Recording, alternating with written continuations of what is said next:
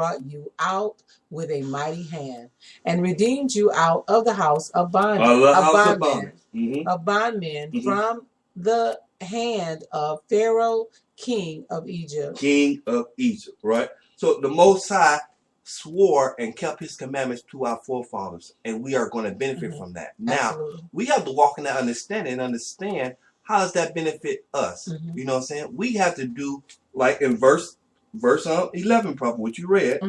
Then thou shalt therefore keep the commandments and statutes and judgments which I command thee this day to do them. Now, is that sound like that's more than just believing it in so-called It's more than just believing. But you know, in light of us dealing with this particular title, like you opened up with the Sunday, we're not discounting some of the things that they say, you know, what they represent as, you know, the bride of Christ. But what this is a deeper revelation. You gain the revelation of, we went to Romans and it talks about holy. So you emphasize where the holy began and what the Most High calls his people holy. But not only can we deal with the holy, we can also look at something that the Sunday churches preach too. They preach the promises.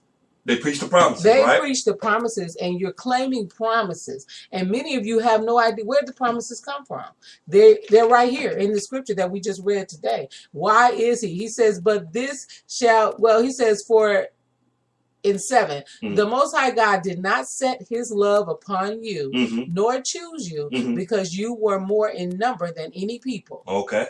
For ye were the fewest of all people. You was the fewest of all the people. But because the Most High Power loved you, and because he would keep the oath or promise. That means a promise. An oath is something that you keep, which he had sworn unto your fathers, hath the Most High God brought you out with a mighty hand, and redeemed you out of the hand of the bondmen, from the hand of Pharaoh and the king of Egypt. But it's also the same reason that the Sunday worshipers, you know, they talk about the bride of Christ, and we have the promise. I got the promise of Abraham. You tell us Abraham, so that means you take us right back to this. Right to the oath. The Most High told Abraham he was going to multiply his seed above the stars of heaven, more than the sand of the sea. Absolutely. Okay? So, in Egypt, brothers and sisters, the history is 70 souls went into Egypt. Absolutely. Okay? Few in number, right? They were chosen then. 70 souls went in there. And Moses brought out thousands. Absolutely. And so basically what we're saying, like you said, Elder, we're not taking away the representation that they get in Sunday worship, but what we're doing is adding a revelation. Gospel Central, CNTRO, Christ never takes revelation out. He's going to continue to reveal as it gets closer and closer to the time of us to come together as his bride.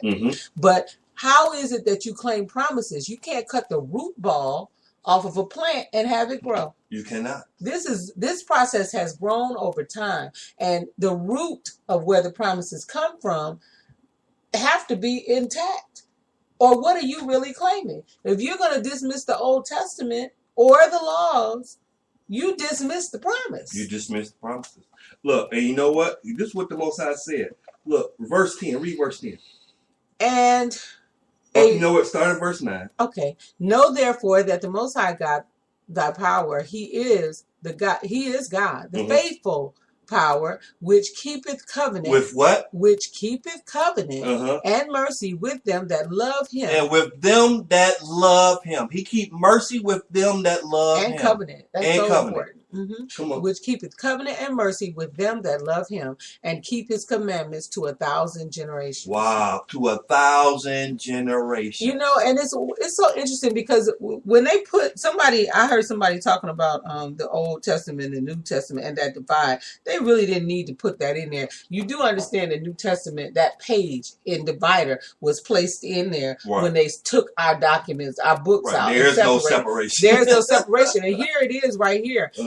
Christ coming for us was a way that the Most High was keeping the covenant. Exactly. That was the way to keep the covenant that he had originally done. So them to say it's a new, I know that the Yeshaya said that, but in essence, it was his Christ coming all together, dying for us, and us becoming his bride and recognizing that truth about all of this was the Most High's way, according to this scripture in 9. It says, know therefore that the Most High God our power, he is God, the faithful power which keepeth covenant. That was his way to keep the covenant.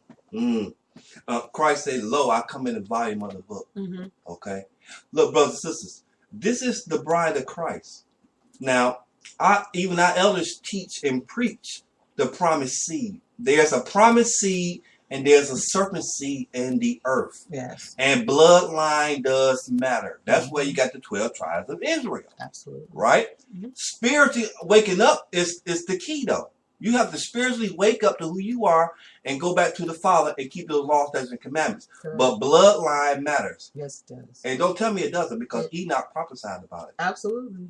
Okay? And we're going to bring that out. Okay? Christ said, look, you are your father, the devil.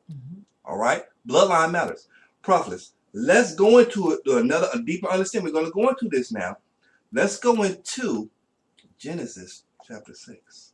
Okay. We know that the Most High already has a chosen people. That's right. Right? Let's go into Genesis chapter 6. What verse? What are you ready? All praise.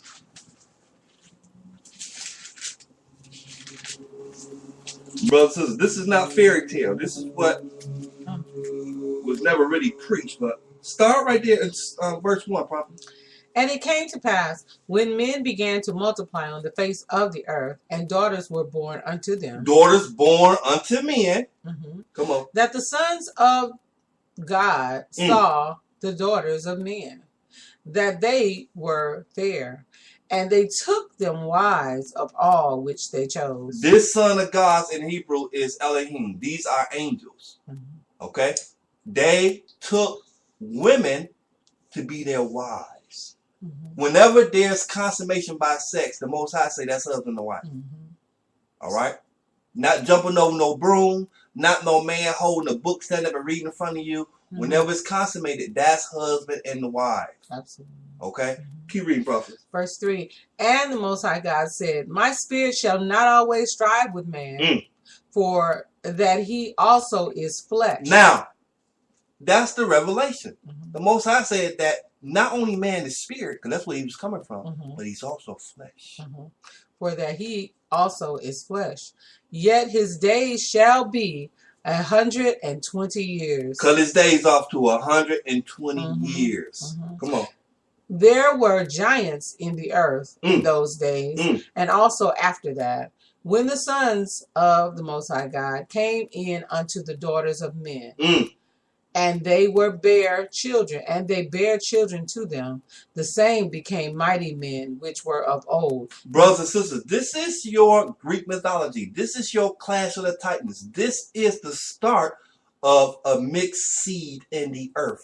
And is what the mythology is not saying that it is mythology. It's not mythology. It comes from truth. It comes from the truth. That's right. And That's they right, have twisted it and put it in the television, in the history as a myth. As a myth, but which is real. A great deception. The great deception. Yes, it is. Yes, it is.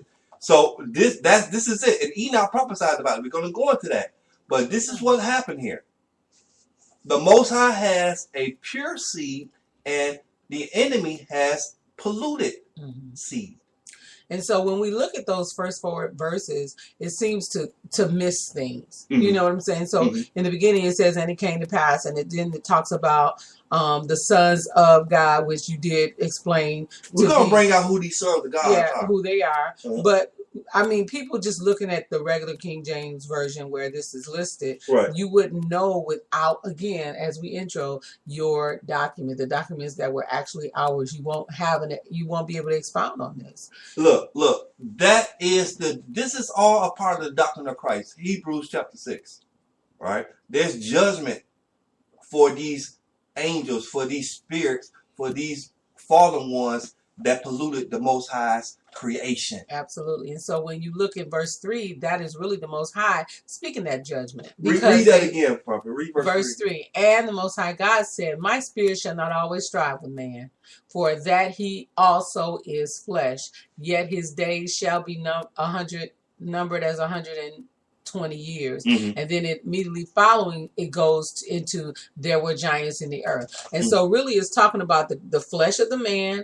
The sons of the Most High God came down and saw the fair daughter. So I'm saying it's all there, but it's kind of broken. But that's we know that there's something to fill in. But the only reason we know that is because of how we study. Exactly. Look, and the wake up has shown us this. Read verse 4, Prophet. There were giants in the earth in those days, and also after that, when the sons of the Most High God came in unto the daughters of men, and they bare children. And they bare children to them. The same became mighty men, which were of old, men of renown. Come on. And the Most High God, our power, saw that the wickedness of man was great in the earth, and that every imagination of the thoughts of his heart was only evil continually. Verse 6. And it repented the Most High God that he had made man on the earth, and it grieved him at his heart. Come on. And the Most High God said, I will destroy man whom I have created from the face of the earth, both man and beast, and the creeping thing, and the fowls of the air, for it repenteth me that I have made them. Now, brothers and sisters, this irks the Most High Spirit. These fallen ones came and polluted not just men, but beasts too. Beasts, everything that they could come up with. Everything that they can come Everything up with. when they come up with. This is where the prophet said it's not myth, but the mythology that they put out there is a reflection of the truth. They call it myth. They call it myth. We're not saying it's myth. It is not myth. It is not myth. It is true. This is and what it's happening again right now before our eyes. Right now. Look. Let's hit it. Let's find out who these sons of men were, prophets. Go into your book of Enoch. Let's go into the book of Enoch. All right, we're going to go into Enoch, but before, if you don't mind, I want to read 8, just because we often talk about, as it were, in the times of Noah. Come on. Verse 8, after the Most High talks about, for it repenteth me that I have made them. He goes and said, but Noah found grace in the eyes of the Most High God. So that gives you a time frame of what was going on and an idea of what was happening, because it immediately goes to Noah. And we know, everyone knows the story of Noah, that it was wiped out. So this was the condition. If we look right now, Sodom and Gomorrah, as a matter of fact, last night I saw something on television, a show that actually referenced bestiality. And it's supposedly a teen show, or maybe targeting teens and college students. We got to be mindful of what we see, and they're using that reference, that term of reference, right in like a sitcom comedy. Right. I was like, making light of it. And making light of it. So we are getting the beast. Yeah, it's coming back full fold. Full fold. Once you defile the original way that the Most High had made for us to procreate on this and to multiply, it just goes awry. It goes awry. Brothers and sisters, the scriptures say that Christ is going to divide the sheep from the goat. He's going to divide that, right? So this is what I'm saying. Is it all just spiritual understanding, but is it a bloodline too? Because we know that there's a bloodline in the earth that hates the Most High, that hates Christ. Absolutely.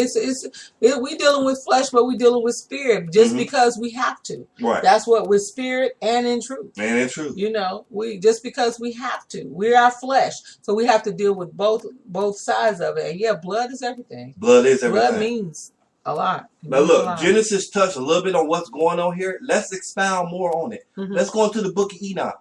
All right. Prophets, read the whole chapter 6, the book of Enoch.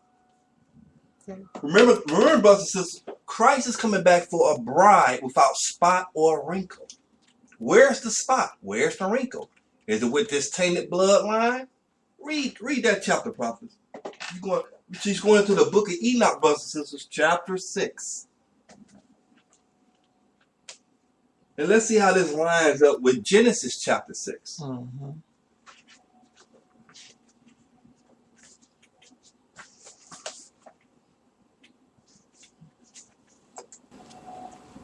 All right, chapter 6, book of Enoch. 5.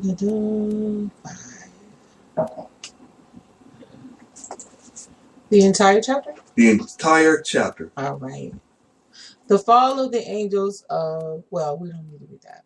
And it came to pass when the children of men had multiplied, that in those days were born unto them beautiful and comely daughters. Beautiful and comely daughters. This is the day